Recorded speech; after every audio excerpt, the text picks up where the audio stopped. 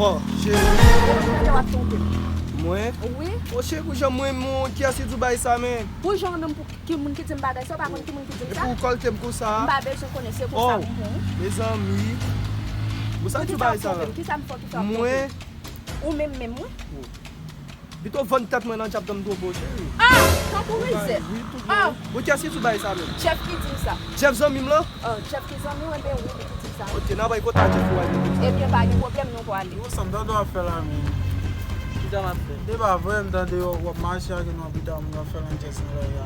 Jen ti ga so e moun se po chanje men. Mwen menm di lan jet. Mwen Mba le sak la verite kon nan jet. ba le sa ka de me ba bon kou non men. Mwen ba di sak la verite. Mba an sa pa. Nan jet. O fè wap ale man la jen ti blote nan zon nan. Mwen se yo fon bagay fon mouti. Fon bagay mouti. Yo so fem la men. E pa di madame mwen ma pompe men. Sa ka bon nou mwen shake men. Miche son ek lan jes men. Yo ma ron Michel men nou.